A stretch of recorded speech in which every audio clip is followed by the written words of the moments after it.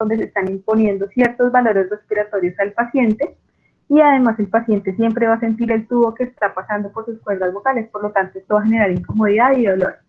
Las intervenciones de UCI son la mayoría invasivas, con catéteres, tubos, sondas, y pues obviamente esto genera ansiedad en el paciente, algunos medicamentos.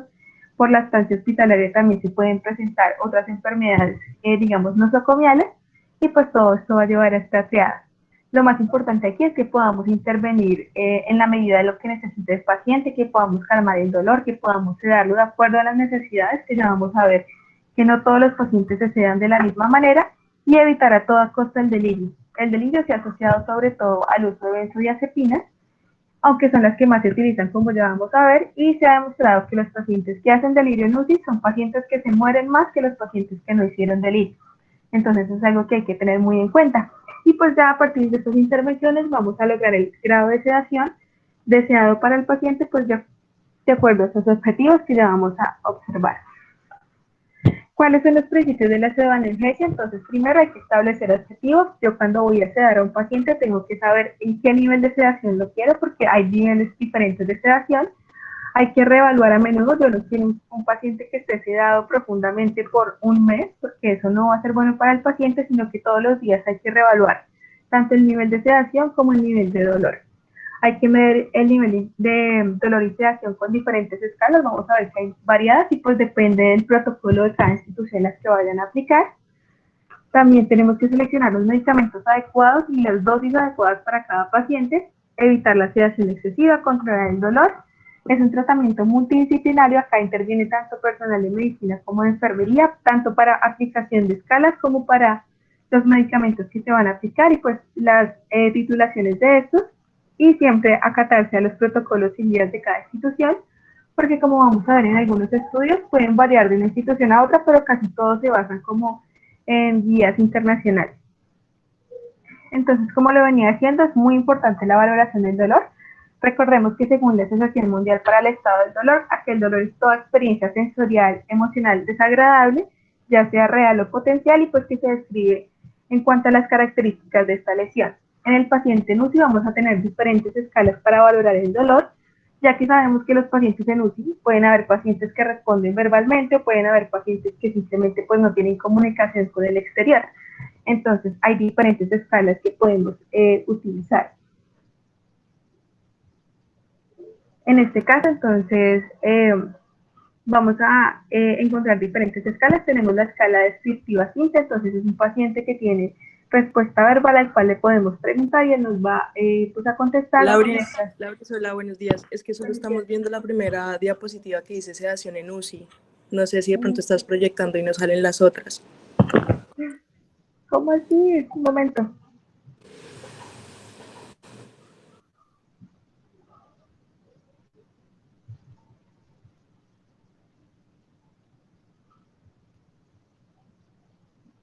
Acá están viendo esa diapositiva. Sí, introducción. ¿Y ahí cambia la siguiente? No.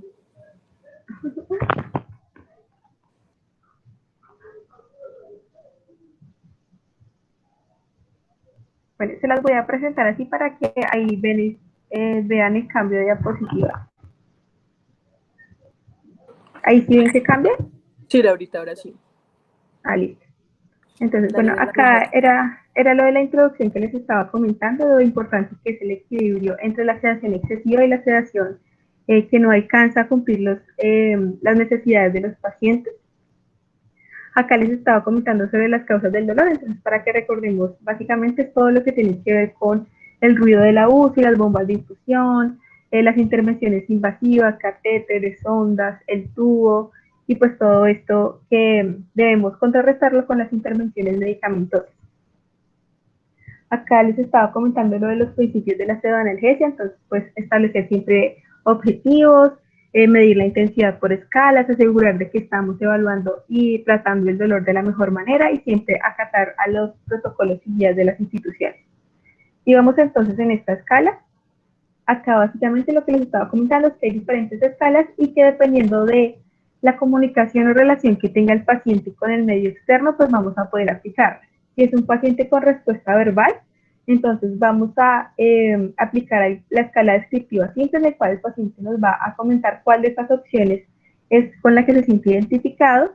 Si no podemos aplicar la escala numérica del 0 al 10, entonces la ausencia del dolor va a ser 0 y el peor dolor que se haya experimentado va a ser 10. Hay que tener en cuenta que estos son pacientes que responden verbalmente y que además tienen la capacidad cognitiva de entender que es una escala de 0 a 10.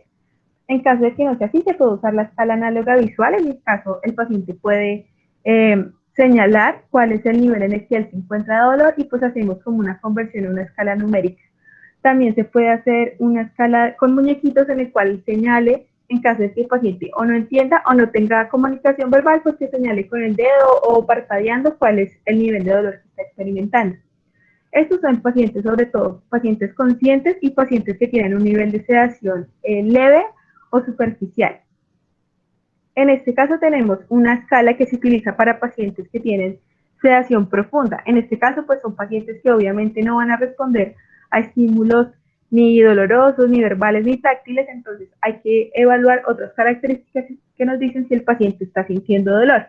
En este caso va a ser estos 3 ítems que se valoran, que van a ser la expresión facial, entonces acá se evalúa si está relajada, tensa, parcialmente, tensa totalmente, o si está haciendo muecas, como lo muestra la imagen del ejemplo.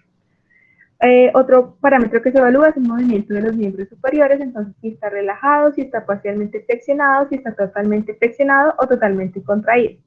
Y finalmente, cómo está la relación con la ventilación mecánica, es decir, si el paciente está tolerando movimientos, si está tosiendo pero tolera la mayor parte del tiempo la ventilación mecánica, si está luchando contra el ventilador, que es como se denomina a los pacientes que son asincrónicos, y la imposibilidad de controlar el ventilador. Entonces acá vemos que nos va a dar un puntaje. Si el puntaje es mayor o igual a 6, se dice que el paciente tiene un dolor grave y que pues es inaceptable que tengamos esto y que el paciente necesita analgesia inmediata. Otra de las escalas que se utiliza en pacientes que están sedados profundamente es la escala de Campbell. En este caso se evalúa también parámetros similares a los anteriores, que son la musculatura facial, la tranquilidad, el tono muscular, la respuesta verbal y la confortabilidad. En este caso, cada uno pues, de estos ítems da un puntaje, ya sea de 0, de 1 o de 2. Esto da un puntaje de 0 a 10, en el cual 0 es no dolor, 1 a 3 es dolor leve moderado y de 4 a 6 es dolor moderado grave. Ya si se habla de mayor de 6 es un dolor muy intenso. Las metas con esta escala es que sea 3 o menor, lo cual significa que el paciente está pues, con un dolor controlado. Ya teniendo en cuenta pues cómo se valora el dolor y qué es, vamos a hablar un poco de los tipos de sedación. Estos son los tipos de sedación en general, entonces vamos a tener sedación mínima o ansiolisis, que es un paciente que va a estar respondiendo verbalmente, es un paciente que está despierto, alerta, cooperador y que tiene total control sobre su sistema respiratorio, por lo tanto tiene ventilaciones automáticas y su sistema cardiovascular también funciona adecuadamente. El segundo tipo de analgesia, de sedación, perdón, es la analgesia moderada o sedación consciente. Este es un paciente que está prácticamente dormido, pero si nosotros ejercemos algún estímulo táctil o verbal, lo llamamos, lo movemos, el paciente va a despertar y va a estar en contacto con el medio. Cuando dejemos de estimularlo, pues el paciente se va a volver a dormir.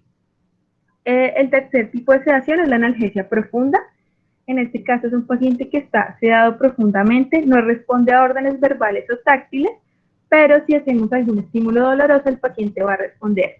Son pacientes que tienen moderada autonomía respiratoria, es decir, hay pacientes que pueden respirar por sí mismos o hay pacientes que necesitan algún tipo de intervención, ventilación mecánica, ya sea invasiva o no invasiva, o pues de soporte.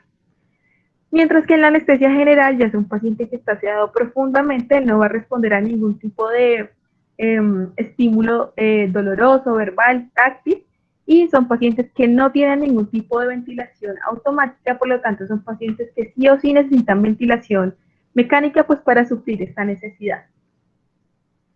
Teniendo eso en cuenta, para cómo simplificar las cosas en UCI se habla solo de dos tipos de sedación. La sedación consciente, que es la que vimos anteriormente, que es el paciente que está en contacto con el medio y puede respirar automáticamente, y la sedación inconsciente, que es prácticamente una anestesia general en la cual el paciente no tiene relación alguna con el medio y tampoco tiene autonomía pues, ventilatoria y respiratoria. Estos tipos de sedación van a depender del tipo de paciente que tengamos. Por ejemplo, Una sedación consciente se puede aplicar a aquellos pacientes que vienen de un postoperatorio, que no se encuentran pues tan graves y que no necesitan ventilación mecánica con parámetros tan altos. La sedación inconsciente, por otra parte, son aquellos pacientes que pues necesitamos que estén dormidos profundamente, por ejemplo, aquellos pacientes con trauma craneoencefálico severo.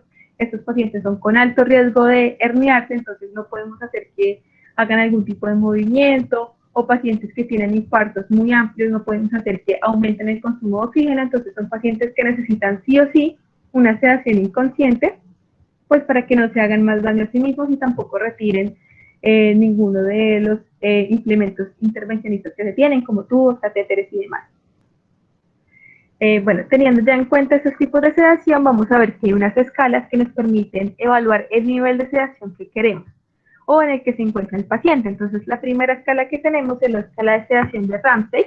Esta es como de las primeras escalas que se hizo para evaluar lo que es la agitación y la sedación. Se hizo hace más de 30 años. Tiene 6 niveles, en el cual el nivel 1 es el paciente que está despierto, ansioso, agitado y pues que no está descansando. El nivel 2 es el paciente que está despierto, cooperador, orientado y tranquilo. El nivel 3 es aquel paciente que está dormido con respuesta, pero responde a órdenes verbales. El nivel 4 es el paciente que está somnoliento, con breves respuestas a luz y a sonidos. El nivel 5 es el paciente que está dormido, pero si hacemos algún estímulo doloroso, él responde. Y el nivel 6 es aquel paciente que está profundamente dormido y no hay respuestas a estímulos. Esta escala fue durante muchos tiempos utilizada y aún en algunas UCI se utiliza, pero se encontró una dificultad con esta, y es que como vemos, solo en el primer nivel se habla del paciente agitado, o sea, no tenemos diferentes tipos de agitación, que era lo que más importaba también en esta valoración de la sedación, entonces se volvió un poco no tan útil esta escala. Por lo tanto, se desarrolló la escala de agitación y sedación de Richmond, que es la que se utiliza prácticamente en todas las UCIs actualmente, que es una escala que, como vemos, tiene unos números negativos y unos números positivos. Los números positivos van a ser aquellos niveles de agitación del paciente y aquellos números negativos van a ser los que definen el tipo de sedación en el que se encuentra. Entonces, como vemos, el paciente que tiene un nivel de sedación número más 4 es un paciente combativo, ansioso, violento, es un paciente que inmediatamente necesita ser sedado porque representa un riesgo para él mismo y para el personal de salud. El más 3 es un paciente muy agitado que intenta retirarse los catéteres y pues, otros instrumentos. El paciente más 2 es un paciente agitado con movimientos frecuentes que lucha un poco con el respirador. El más 1 es aquel paciente ansioso, inquieto, pero que no representa una conducta violenta y tampoco tiene movimientos excesivos que puedan retirar sus catéteres y demás. El 0 es un paciente alerta y tranquilo. Menos 1 es adormilado, que se despierta con estímulos verbales y puede mantener los ojos abiertos por más de 10 segundos. El menos 2 es aquel paciente con sedación ligera, despierta con estímulos verbales, pero no puede mantener los ojos abiertos tanto tiempo. El menos 3 es sedación moderada, donde el paciente se mueve y abre los ojos a la llamada y pues a los estímulos táctiles, pero no está tan conectado con el medio. El menos 4 y el menos 5 ya son pacientes con sedación profunda, que no responden a estímulos dolorosos ni físicos, y pues que son los pacientes que tenemos ya en sedación inconsciente para los casos que les decía, de pacientes con trauma craneoencefálico para evitar que se hernien, pacientes con SDA severo, y pues pacientes que requerimos que no tengan un consumo alto de oxígeno. En este caso, para evaluar al paciente, entonces, del 0 al más 4, nosotros observando podemos saber en qué grado está el paciente. En menos 1, menos 2 y menos 3, la evaluación la hacemos por medio de estímulos verbales, entonces llamamos al paciente y le damos ciertas órdenes como míreme, levante un dedo si puede o cosas así. Y en la última, pues menos 4 y menos 5 ya se hace con estímulos dolorosos al tacto. Estas escalas son muy importantes porque lo que yo quiero es decir, bueno, voy a sedar a mi paciente y lo quiero en un menos 2, o no quiero sedarlo y por sus características lo quiero en un menos 5. Entonces, por eso es lo importante. Ya teniendo en cuenta esto, entonces vamos a ver algunas técnicas de sedoanalgesia que se proponen como para ser implementadas. Tenemos la técnica de analgesia antes de la sedación. Esta es una técnica en la que se propone que el analgésico sea dado primero, se controle el dolor y después se ceda al paciente. ya que si no se hace de esta manera, pues el paciente con dolor va a ser difícil de sedarlo, va a ser un paciente que está incómodo y lucha contra la sedación. La siguiente técnica es que se puede administrar una sedación en bolo o en infusión. Entonces la administración en bolo está asociada con mayores picos plasmáticos, pues porque obviamente es un medicamento que se pasa de una vez, pero también pues pierde su efecto rápidamente. Mientras que la infusión pues mantiene una concentración constante que hace que el paciente pues conserve su estado de sedación. Los dos se utilizan para la sedación en UCI, generalmente pues se inicia con un bolo y después se hace la infusión de mantenimiento. Otra de las técnicas es la interrupción diaria de la sedación. Esta es como una técnica que se ha tratado de implementar hace algunos años, pero no ha sido del todo efectiva, porque propone que, como su nombre lo indique, cada ciertos días o de manera diaria se quite un poco la sedación y se valore de cierta manera hacia el paciente. ¿Qué pasa con esto? Para muchos pacientes es traumático estar despertando y durmiéndose durante este tipo de interrupción. Hay más probabilidad de que se genere delirium, hay más probabilidad de que el paciente en una de esas despertadas se quite el tubo, se quite la sonda, se quite el catéter, por lo tanto no se recomienda tanto. Sin embargo, en los casos en los que ha habido éxito, son pacientes que tienen menos días de hospitalización, menos días de ventilación mecánica y menos secuelas a largo plazo. Entonces, como que se propone la idea, pero no está realmente recomendada al 100%. Teniendo esto en cuenta, entonces, les traigo dos artículos de la sedación analgésica en Colombia en las unidades de cuidado intensivo colombianas. Este es un artículo que se hizo un estudio transversal descriptivo observacional en algunas UCI de la región del eje cafetero, incluida Armenia, Pereira y Manizales. En este caso se encontraron que habían 24 unidades de cuidado intensivo, de las cuales solo 17 participaron. Acá lo que se encontró es que pues todos los médicos que participaron, todos aceptaron que hacían sedación en UCI y que el principal objetivo con el que lo hacían era con que el paciente se acoplara de la mejor manera a la ventilación mecánica, seguido de esto el control de la agitación y el delirio. Como lo vemos en la gráfica, los medicamentos que más se utilizaron en cuanto a sedación fueron el midazolam y la dexmedetomidina. El midazolam sobre todo para sedación profunda o inconsciente, y la dexmedetomidina es la que se utiliza para la sedación consciente o pues más superficial. En cuanto al analgésico, el medicamento utilizado en el 100% fue el fentanilo, pero también vemos que se utiliza morfina, tramadol. Hay unos medicamentos analgésicos que incluyen los AINES, los cuales no son tan utilizados en UCI, aunque en este caso vemos que se utilizó acetaminofén y dipirona, pero no se recomiendan tanto porque los AINES primero son muy afines a las proteínas. Entonces, como les comentaba al principio, pacientes que tienen hipoproteinemia pues van a presentar efectos secundarios por intoxicación de AINES, y también pues están muy relacionados con problemas de insuficiencia renal y gastrointestinales, por lo tanto no se utilizan tanto y se prefiere usar opiáceos en UCI. Tenemos los relajantes neuromusculares en la inducción para intubación, el cual se utilizó en mayor medida el rucuronio. Siempre se prefieren no despluralizantes y hay que tener en cuenta que no siempre se recomienda relajar a los pacientes. Es decir, si es un paciente con vía aérea muy difícil, digamos que lo idóneo sería relajarlo, pero en el caso de que se relaje y el paciente no se pueda intubar, es un paciente que se va a morir en apnea porque ya lo relajamos. Entonces hay que tener muy en cuenta que no todos los pacientes se relajan. Otro de los parámetros que se evaluó fue la relajación neuromuscular en infusión durante todo el tiempo de la sesión analgésica.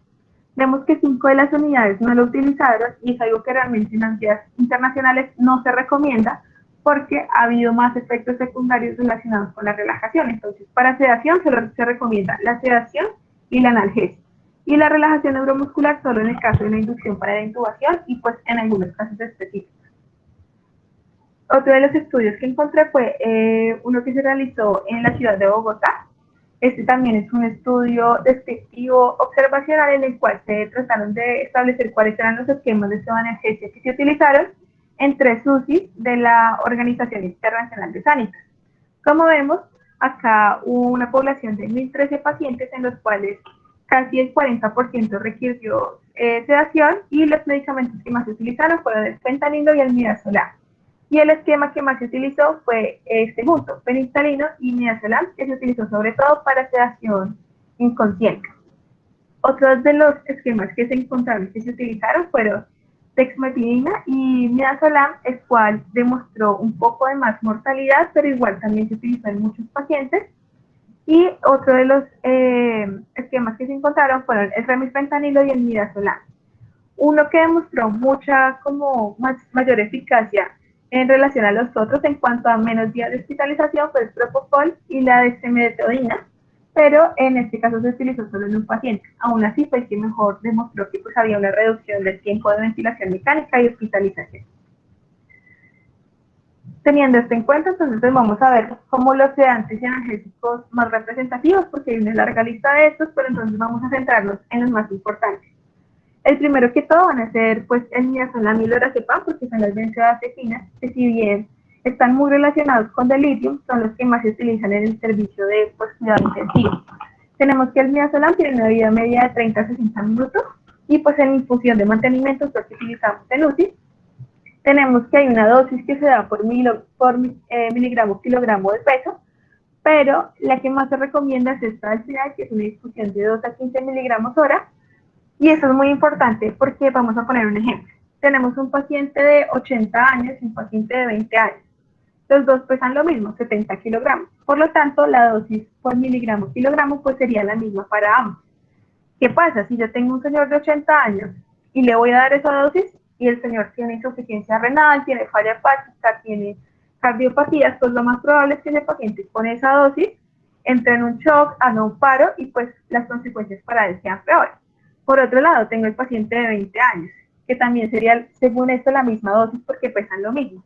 ¿Qué pasa? El paciente de 20 años es un paciente adicto que tiene un consumo de sustancias psicoactivas de hace mucho tiempo, entonces es un paciente que esa dosis no le va a hacer ni cosquillas, entonces por eso es que la dosis de miligramos kilogramos casi no se recomienda, porque los pacientes son muy diferentes y aunque pesen lo mismo no significa que necesiten la misma cantidad de midazolam, por lo tanto se recomienda una infusión de 2 a 15 miligramos hora. En este caso, pues le pondríamos 3 o 2 miligramos al paciente de 80 años y podríamos ponerle hasta los 15 al paciente de 20 años. Seguimos con el lorazepam, el cual este es un medicamento que se prefiere en algunos pacientes que sabemos que van a tener una ventilación mecánica muy prolongada. Este también tiene pues una dosis de bolo y una dosis de refuerzo que se puede repetir en caso de que no se genere la sedación requerida. Y la dosis prolongada en infusión que se recomienda pues es de 0.025 a 0.05 miligramos kilogramo hora. Otro de los sedantes más utilizados es el propofol. Este es un sedante hipnótico que puede en algunos casos generar amnesia. También tiene un comienzo muy rápido y un efecto relativamente breve, por lo tanto todos estos se utilizan en infusión. La dosis de mantenimiento pues es de 0.5 a 3 miligramos kilogramo hora y está contraindicado en pacientes asmáticos y con insuficiencia renal. Es un medicamento que puede causar hipotensión y se prefiere sobre todo en pacientes que tienen trauma craneoencefálico, por lo que como al disminuir un poco la tensión, pues también va a disminuir un poco la tensión intracraneal y por lo tanto hay menos probabilidad de que el paciente esté. Seguimos con la dexmedetomidina, que es el medicamento que se prefiere para la sedación consciente. Este es un medicamento con muchos aspectos debido a su mecanismo de acción. Es un agonista adrenérgico alfa 2 y se prefiere como alternativa a las benzodiazepinas, por lo que este no genera ningún tipo de delirio. Este es un medicamento que está relacionado con los receptores noradrenérgicos centrales, sobre todo de como que inhibe la liberación de noradrenalina presináptica y también tiene una función principal en el locus ceruleus. Por lo tanto, como este es uno de los núcleos del sueño, va a generar la sedación aquí en el paciente y pues el paciente va a estar dormido, pero no de manera inconsciente. Por lo tanto, se puede despertar e interactuar con el medio. Provoca poca depresión respiratoria, por lo tanto también se prefiere bastante y la dosis que se recomienda es de 0.1 a 0.7 miligramos kilogramo hora. Algunos otros autores también recomiendan una sedación con 0.5 a 1.5. Este sobre todo puede causar hipertensión y bradicardia porque pues también tienen estímulos alfa 2, pues, ya que este es un mecanismo de acción. El tiopental sódico es otro de los medicamentos sedantes que se utiliza. Recordemos que este es un barbitúrico y tiene un efecto muy fuerte. Entonces, se prefieren pacientes a los que hay que llevar a un coma barbitúrico, y esto está restringido específicamente para los pacientes con hipertensión endocraniana, refractaria o pacientes con estatus epiléptico. Se utiliza un bolo inicial de 1.5 miligramos kilogramos y después se utiliza una infusión continua de 2 o 3 miligramos kilogramo hora. Eso sería por la parte de los sedantes. Continuamos con los analgésicos. En este caso tenemos el fentanilo, que es uno de los más utilizados, como ya vimos en los estudios. Este es el analgésico de elección para pacientes que tienen inestabilidad hemodinámica. Tiene una vida media de 30 a 60 minutos. La administración se realiza también en infusión continua. Tiene una dosis de 1 a 2 microgramos kilogramo hora.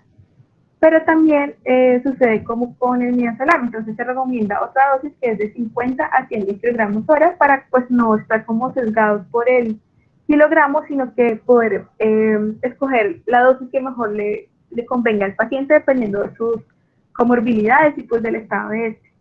Recordemos también que el fentanilo pues a dosis más bajitas actúa solo como analgésico, pero a dosis más altas de 100 ya actúa como sedante. Entonces, el fentanilo solo puede hacer una pseudoanalgesia que se utiliza sobre todo en pacientes pues que están como con mejor pronóstico, pacientes postoperatorios que realmente no están tan críticos y que podemos mantener una pseudoanalgesia como muy superficial. Otro de los analgésicos es el remifentanilo.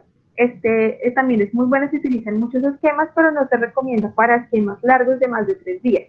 Tiene una dosis inicial, que es pues la que vemos en pantalla, 0.1 microgramos kilogramo minuto, que también se puede pasar a horas, a 0.15 microgramos kilogramo minuto. Siempre se debe estar ajustando la velocidad de perfusión, dejando un tiempo de 5 minutos entre cada uno de estos ajustes, y en caso de que se requiera una sedación pues, más prolongada, se prefiere que se pase al midazolam inmediatamente. Otro de los analgésicos más comunes es la morfina. Esta se puede usar de manera subcutánea o intravenosa con una dosis de 30 a 50 miligramos día. Hay que tener mucho cuidado con los pacientes con falla hepática y falla renal, porque la falla hepática hace que se reduzca el metabolismo de la morfina y la insuficiencia renal hace que, como no se elimine, pues se acumule el metabolito activo de este, pues genere intoxicaciones en el paciente que pueden llevar a depresión respiratoria.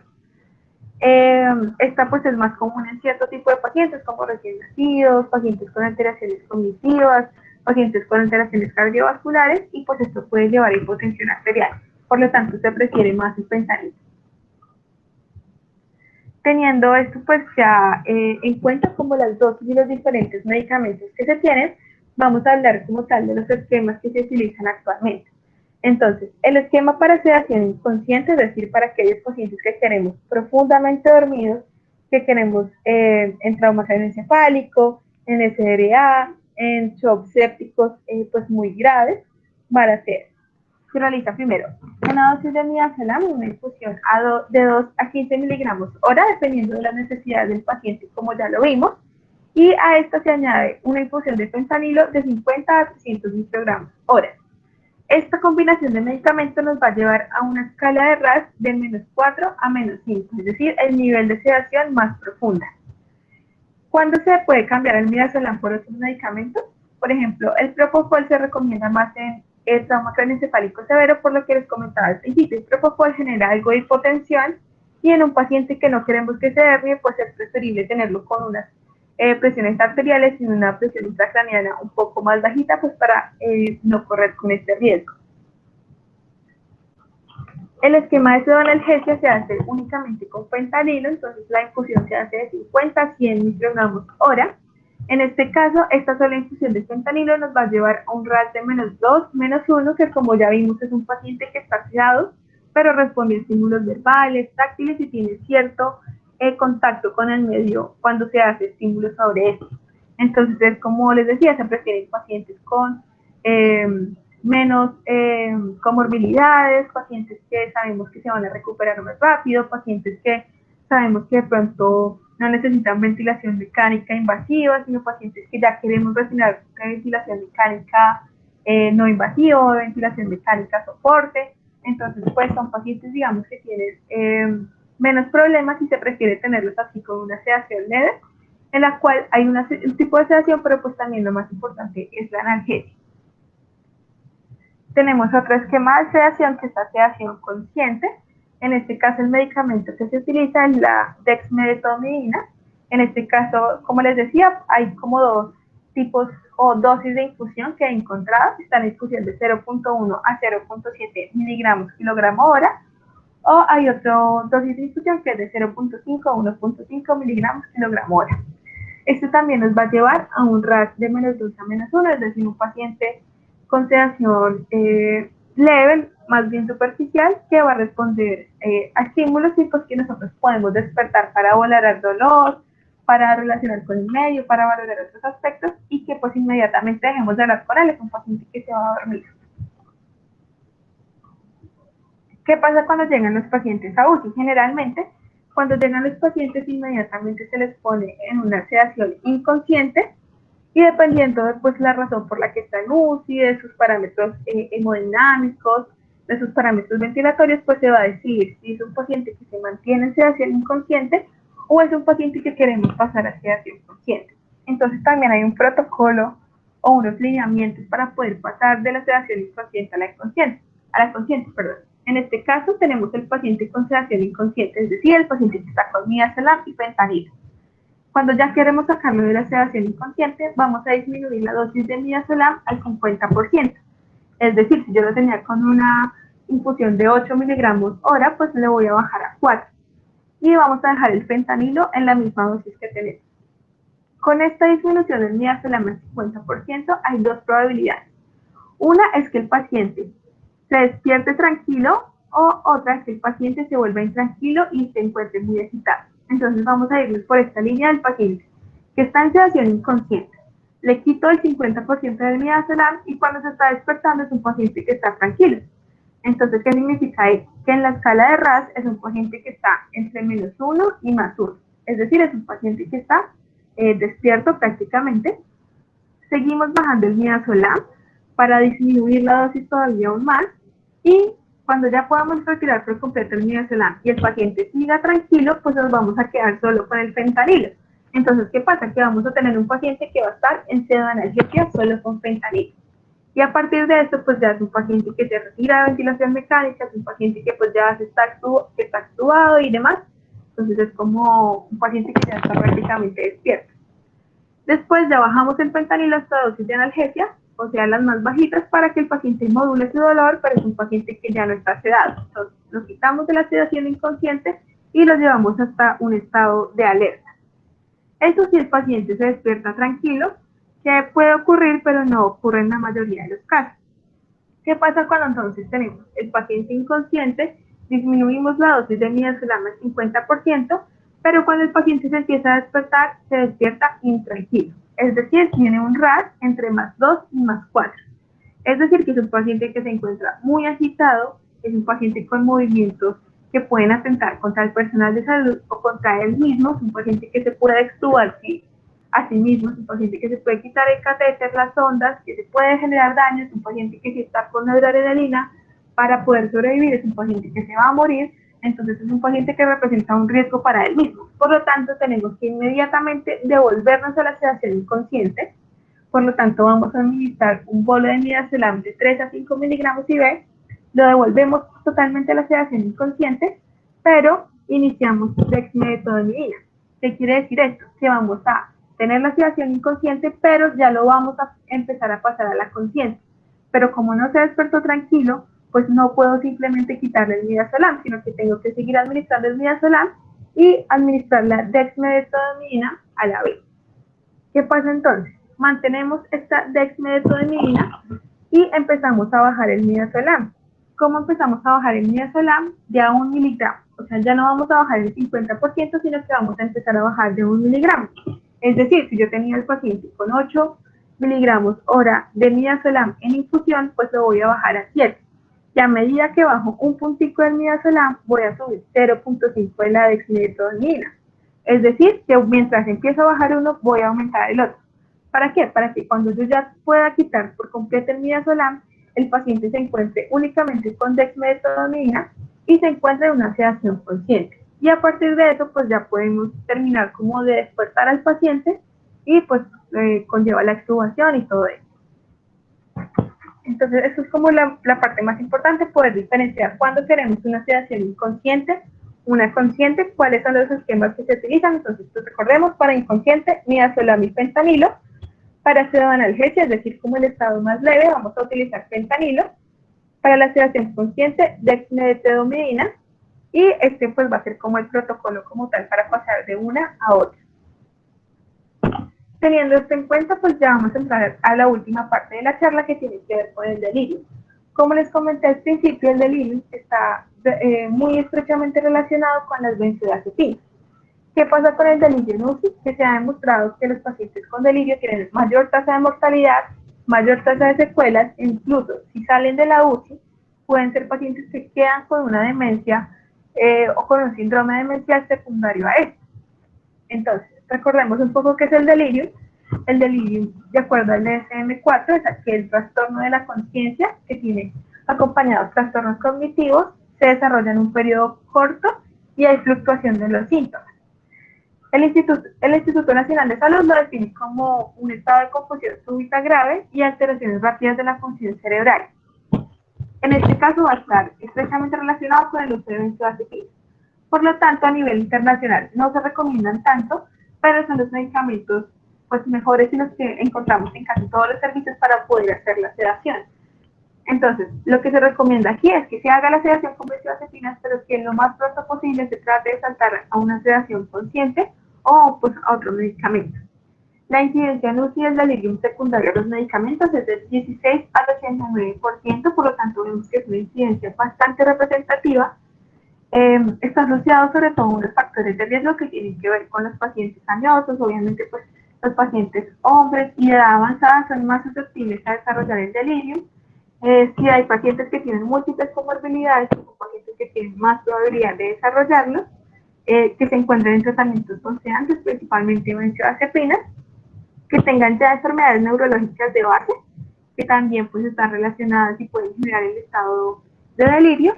Y entre mayor sea la gravedad de la enfermedad, pues mayor va a ser la probabilidad, porque mayor va a ser el tiempo de sedación que se necesite pues para este paciente. Recordemos que el delirium entonces hay de 3 tipos, dependiendo de la conducta del paciente. Entonces tenemos el delirio hipoactivo, el delirio hiperactivo y el delirio mixto, pues en el cual se encuentran características de estos dos.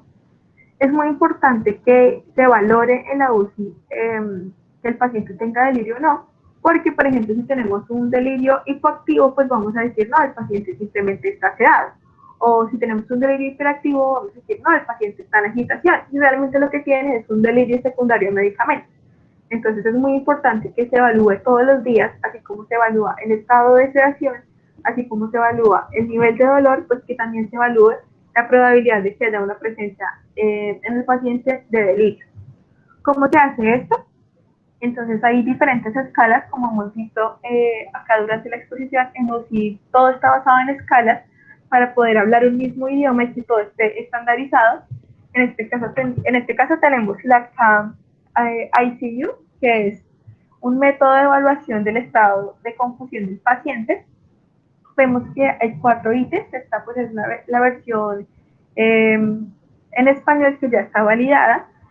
En el primer ítem vamos a evaluar si hay un cambio agudo o un curso fluctuante del estado mental del paciente. En el caso de que no haya, pues será negativo para delirio, pero si sí lo hay, entonces valoramos el siguiente ítem, que es la inatención. Entonces le vamos a pedir al paciente que apriete nuestra mano cada vez que digamos la letra A y vamos a deletrear una palabra que tenga, pues en estos, la letra A. En caso de que el paciente no apriete la mano cuando pronunciamos la letra A, pues si hay más de 2 errores, vamos a decir que continuamos con el siguiente ítem porque hay una alta probabilidad de delirio, y si hay 0 o 1 error, pues vamos a decir que es negativo para delirio. En el tercer ítem, que es el nivel de conciencia alterado, entonces nos vamos a basar en la escala RAS. Ya sabemos que va de más 4 a menos 5, y si tiene un RAS igual a 0, pues continuamos. Si tiene un RAS diferente, ya de una vez es positivo para delirio. En el último ítem es un pensamiento desorganizado. Entonces preguntamos cosas como: las piedras flotan en el agua, hay peces en el mar, 1 kilo pesa más que 2 kilos, o los martillos sirven para poner clavos. En el caso de que el paciente no pueda responder esto de manera verbal, le podemos dar órdenes. Entonces le podemos decir, levante 2 dedos de la mano derecha, haga lo mismo con la mano izquierda, y pues eso también sirve para evaluar cómo está el pensamiento. Para diagnosticar como tal el delirio, entonces, si tenemos estos dos positivos, decimos que hay delirio, o también con alguno de los dos últimos ya podemos decir que hay delirio. Entonces, la idea es que esta escala se aplica en todas las unidades de cuidado intensivo y haga parte de la evaluación integral del paciente. Porque, pues, entre más rápido sepamos que hay delirio, más rápido podemos quitar el sedante que lo está causando y, pues, más rápido intervenir para evitar esas secuelas a largo plazo del paciente. Bueno, eso sería todo por la charla. Realmente quería enfocarme como mucho en la importancia de la sedación, en los esquemas más específicos que hay. Ya. Entonces, si de pronto tienen alguna pregunta o algo que quieran que repitamos o que no hayan entendido.